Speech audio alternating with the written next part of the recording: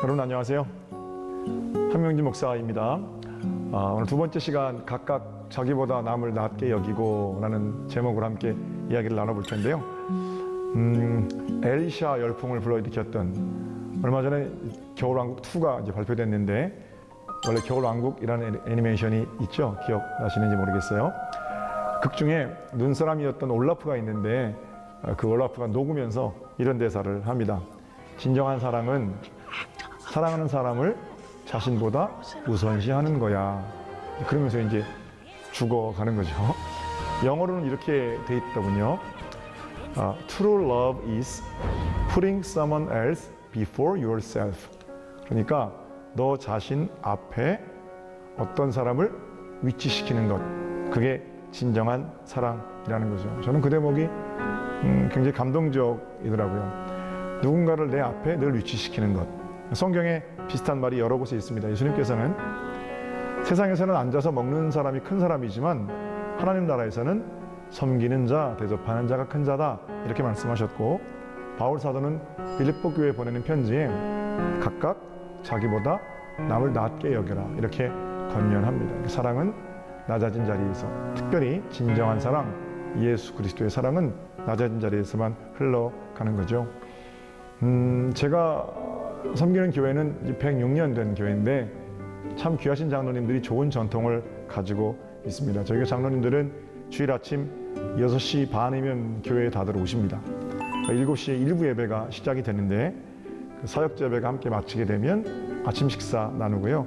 그리고 그때부터 분주히 성도들을 맞을 준비를 시작하십니다. 어떤 분들은 차량 운전대를 잡고 성도들을 모시기 위해서 나서기도 하고, 어떤 분들은 빗자루를 들고 이제 교회 청소는 그 전날 다 해놨습니다만 그 부족한 미진한 부분들을 청소하시기도 하고요. 어떤 분들은 주차봉을 들고 차량 안내자로 나서기도 합니다. 지금은 교회 버스가 이제 여러 대를 줄였습니다만 그전에는 그 승합차가 여러 대 있었거든요. 10대가 넘는 승합차를 장로님들이 직접 운전하고 성도들을 모시고 오고, 그런 일도 저희 교회 전통이었습니다. 사랑하는 성도들을 자신의 앞에 위치시키는, 섬기는 그런 장로님들 때문에 저는 참 행복한 목회하고 있습니다. 강수돌 교수가 쓰신 팔꿈치 사회라는 책이 있습니다. 경쟁이 어떻게 우리 가운데 내면화되는가 하는 것들을 분석한 책입니다. 세상은 여전히 팔꿈치로 나무 밀고 앞서 나가는 걸 성공, 이렇게 가르치죠. 너무나 그게 익숙해져서 앞선 자리로 나가려고 하는 모든 시도들은 다 선한 것이다, 이렇게 인정되는 것에 대한 일종의 시비입니다.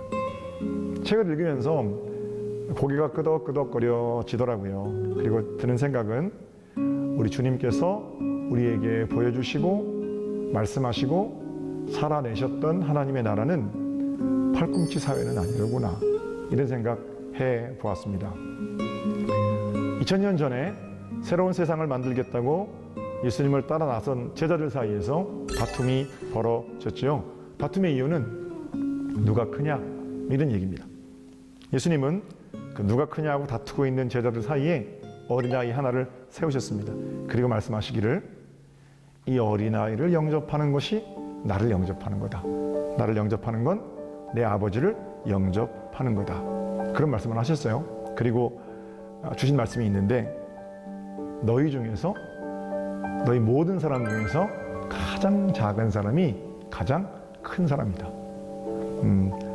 너무나 익숙해져 있는 말씀이지만 생각하면 생각할수록 의미 있는 말씀이에요. 그러니까 겨울왕국 드라마에서는, 세상에서는 엘리샤가 주인공이지만 하나님 나라에서는 누군가를 자신의 앞에 위치시키는 올라프가 주인공인 거죠. 가장 작은 자가 가장 큰 자라 말씀하시니까 그렇습니다.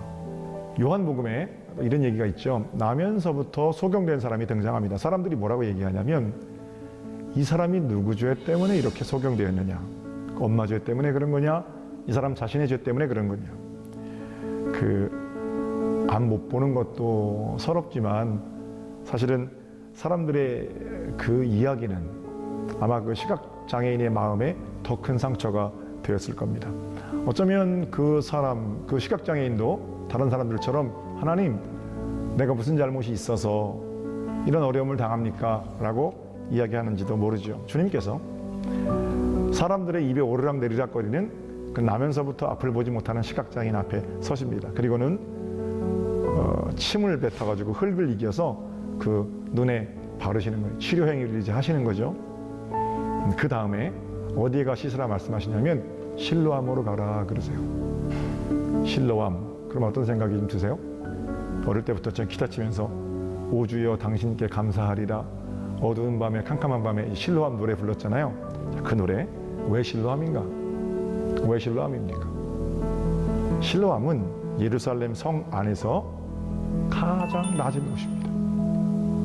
가장 낮은 곳에 가서 시각장애인이 눈을 떴다라는 것은 낮은 곳에 가 계신, 먼저 가 계신 예수 그리스도를 만났다는 것이고, 예수 그리스도를 낮은 곳에서 만나야만 볼 수 있는 세상이 있다는 겁니다. 높아진 마음, 뾰족한 마음 또는 높아지려는 마음, 그 마음으로는 절대 볼 수 없는 하나님 나라가 있는데, 낮은 곳에 거할 때, 실로암에 찾아갈 때 거기 계신 예수 그리스도를 만나고 비로소 보이는 세상입니다.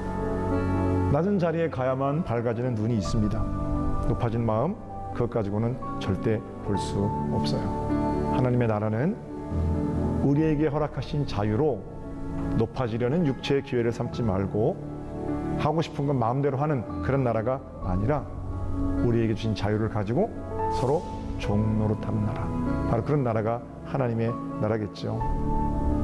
밟고서라도 올라서서 하나님께서 여기 오르게 하셨습니다, 높아진 것만 간증하는 그런 종류의 간증이 아니에요. 오히려 매사에 자기보다 다른 사람을 앞에 세우고 묵묵히 겸손한 자리로 찾아가는 그런 사람이 있을 때, 그런 사람이 있는 자리가 바로 하나님의 나라가 되겠죠. 성령 하나님께서 여러분을 어떤 자리로 위치시키실까요? 여러분이 밟는 땅이 가장 낮은 자리, 은혜의 자리가 되어서 하나님 나라로 주님 기뻐하시고 춤추시는 복된 자리가 되기를 우리 주님의 이름으로 축복합니다. 그런 사람 한 사람만 있어도 천국이니까 그런 사람 내가 되기를 원합니다. 그런 기도가 오늘 제 기도도 여러분의 기도도 되었으면 좋겠네요. 사랑하고 축복합니다.